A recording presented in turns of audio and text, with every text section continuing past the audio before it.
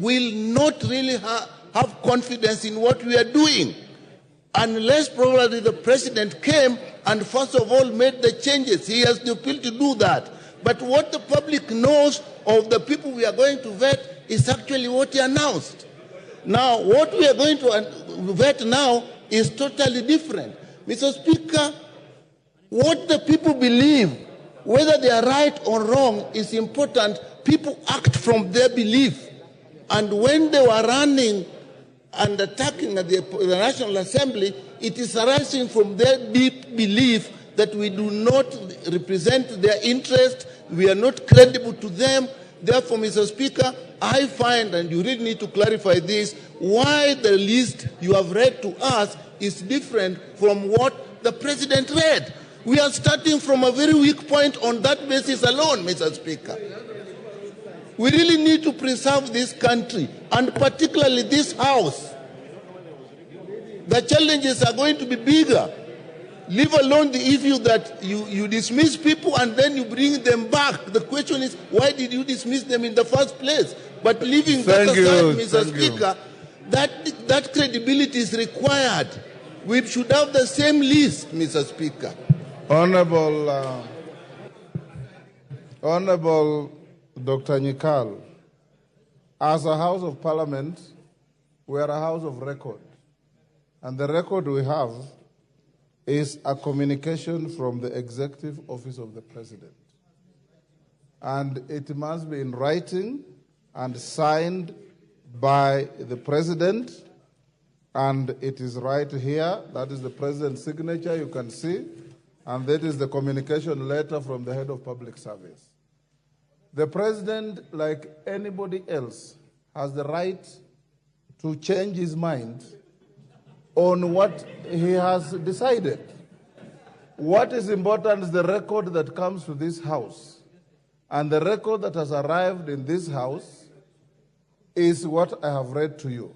Remember that nobody will become minister, one, until and unless the President has written to Parliament, two, until Parliament has sat in committee and vetted, and three, until the whole House has voted on the report of the vetting committee. That is what is important, Honorable Nyikal. We have had cases before where members were pronounced on media as having been appointed as ambassadors, and we have received communication that shows that they have been transposed from one station to another, and we have vetted them without question. In any case, the proposed names that I've read to you are not ministers until you pass in this House. So there's nothing inconsistent. Yes, Kaluma? I thank you, Honorable Speaker. Honorable Speaker, I'm not fortunate to sit in the Committee on Appointments. But Honorable Speaker, let me tell the members of that committee something the High Court said a short while back as they go into that critical process before I make my last comment. They includes yours truly here. I'm the chair of that committee. You are the chair? Yes. You are the chair. And I'm your loyal assistant, Honorable Speaker. Honorable Speaker, in the year 2018, this is what the High Court said regarding public appointments under the new Constitution. And I quote, Honorable Speaker, that August 27, 2010, ushered in a new regime of appointments to public office, whereas the past was characterized by open corruption, tribalism, nepotism, favoritism, scrapping the barrow, and political patronage. The new dispensation requires a break from the past. The Constitution, Honorable Speaker, the Constitution signifies the end of jobs for the boys era. Article 10 sets out the values that must be infused in every decision-making process. Honorable Speaker, I'm saying this is a critical reminder to us because we are at a point in time when the nation is looking unto this House to provide the leadership it needs. Honorable Speaker, it is for this reason that last week, even as the ODM party, independent parties of Azimio also, we sat and said that the government of Kenya belongs to all of us. And Honorable Speaker, we met as ODM and we resolved so. I'm saying this because I don't want some confusion I've seen circulating. Somebody writing saying if members of the ODM party are appointed to government, they are going on their own.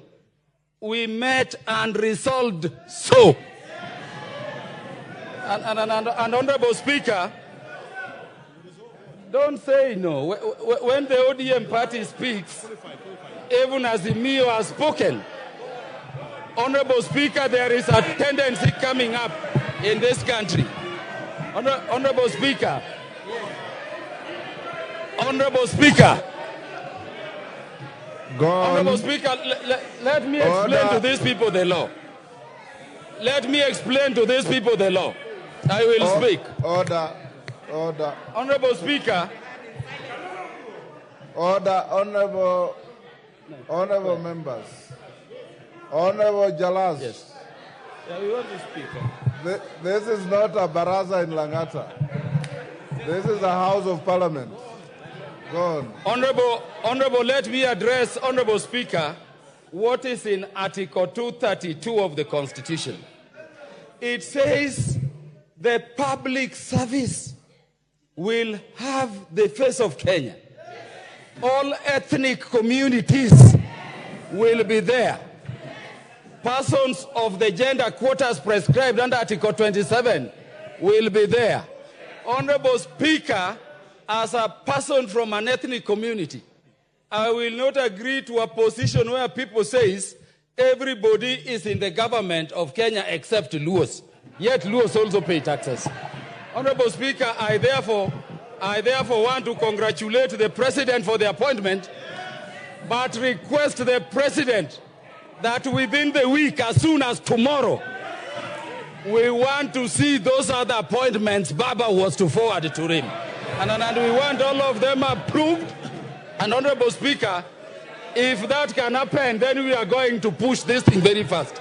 We cannot leave anybody out. And Honorable Speaker, let me send a warning. We want to tell people sending conflicting positions from the ODM to remember that they are on an interim position in those positions. We can remove them if we resolve a position and then they contradict it. This one has to happen for the good of the nation, and we are telling the government we are ready to serve to secure that Kenya moves properly. Thank you, Honorable Speaker. Order, honorable members. Order. Next order.